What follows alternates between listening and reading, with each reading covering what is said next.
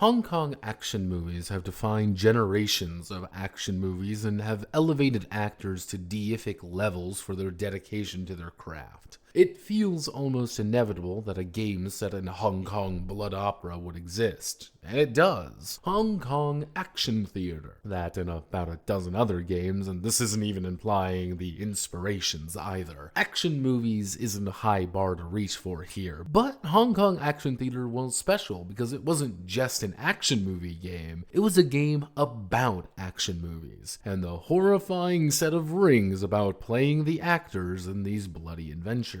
We're not talking about Hong Kong Action Theater because that'd be too simple. We're talking about Guardian of the Order's 2nd edition, published in 2003. If that sounds familiar, it's because it's TriStat during its heyday and before Guardians fell apart catastrophically. So why are we talking about 2E instead of the original? Because I couldn't find it. It's no longer published and everyone involved has moved on. We managed to find a scan, but it's not great quality and it doesn't have a cover on it. The one talked about the most isn't the one that we can readily talk about. But what are we doing here? Well, we're playing TriStat. TriStat is a 2d6 roll under system with a lot of little modifiers to do things. If my body stat is 8 and I roll a 7, then I've done it. Though degrees of success and various modifiers can make this a little more complicated when your body stat is 8, but I have a skill of level 2 and a +1 modifier. Our skill level makes this easier, thus a -2, while a +1 would make things harder as it modifies our roll, not our to hit. Though inverting all of these values also works for you just in case you are a coward. But let's talk about characters, because that's the soul of Hong Kong Action Theater and they're a little weird. So first things first is we select our budget, which is how many character build points we get. Our blockbuster is 30 points each, while our Gym Massacre B movie is only 15. Then we build our actor, not our character, which is different. Most of your points will and should be sent on your tri-stats, body, mind, and soul, as 12 points will make you a normal person, as you'll have to buy each of them from 0. Anything higher, and you're going to be spiking that cost pretty significantly. Then we pick our attributes, which are like perks, so we may have appearance, damn healthy, extra attacks, or we're friends with the director. Some of these cost a different amount of points per level in that attribute, so you'll end up with a few of these of various levels, or just invest everything into the basics. The abilities that play into the pitch, usually just the actor-only ones, are often the best and most thematic, or at least granting you some neat abilities rather than plus health or energy. But as with most things, boring trends toward being better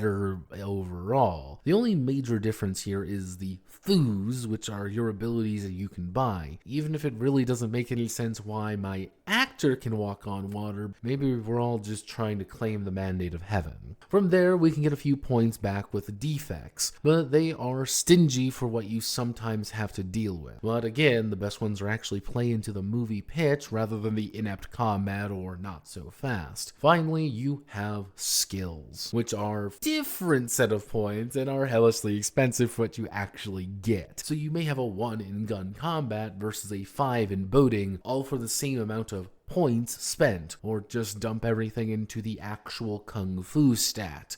Start calculating everything and your combat ability, health, energy points, and we're almost done. Star power is kind of like a meta currency, reflecting the actor's inherent pull in the studio and beyond. More star power means more changes, but it's also your way to gamble for roles in a movie, because roles act as the template on top of an actor that may have additional character points and skill points for you to play with. These have their own stats, defects, skills, attributes, and everything else, and augment things even further. From there, the basics flow from pen to page, which is to say, it's all pretty intuitive, of just rolling under your stat and doing the thing. As stated before, when you play into the action movie tropes, and that's when the best part of the game actually works. Stunts lets you earn star power back for harder but impressive action movie stunts, while the kung fu system for high torso low attacks lets you play Street Fighter the game, the movie, the game, but it never really goes farther than that.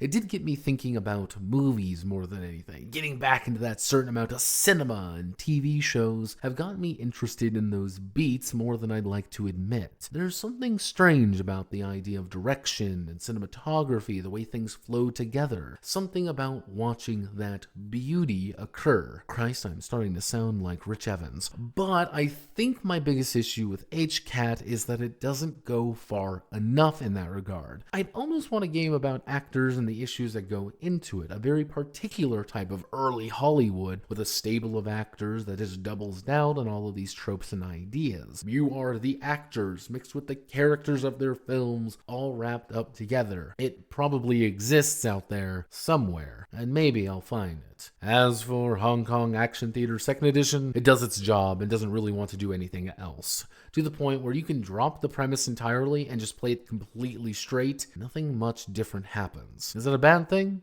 Maybe not. Maybe I just want more. To dive deeper into that endless void. That endless set of rings. My name is Notepad and this was a Hong Kong Action Theater 2E. If you like what I do here, feel free to like, comment, and subscribe as always. Many thanks to the MBS Studios for their continued support. Godspeed, good luck, and Yi Chi Yao Bye Ba.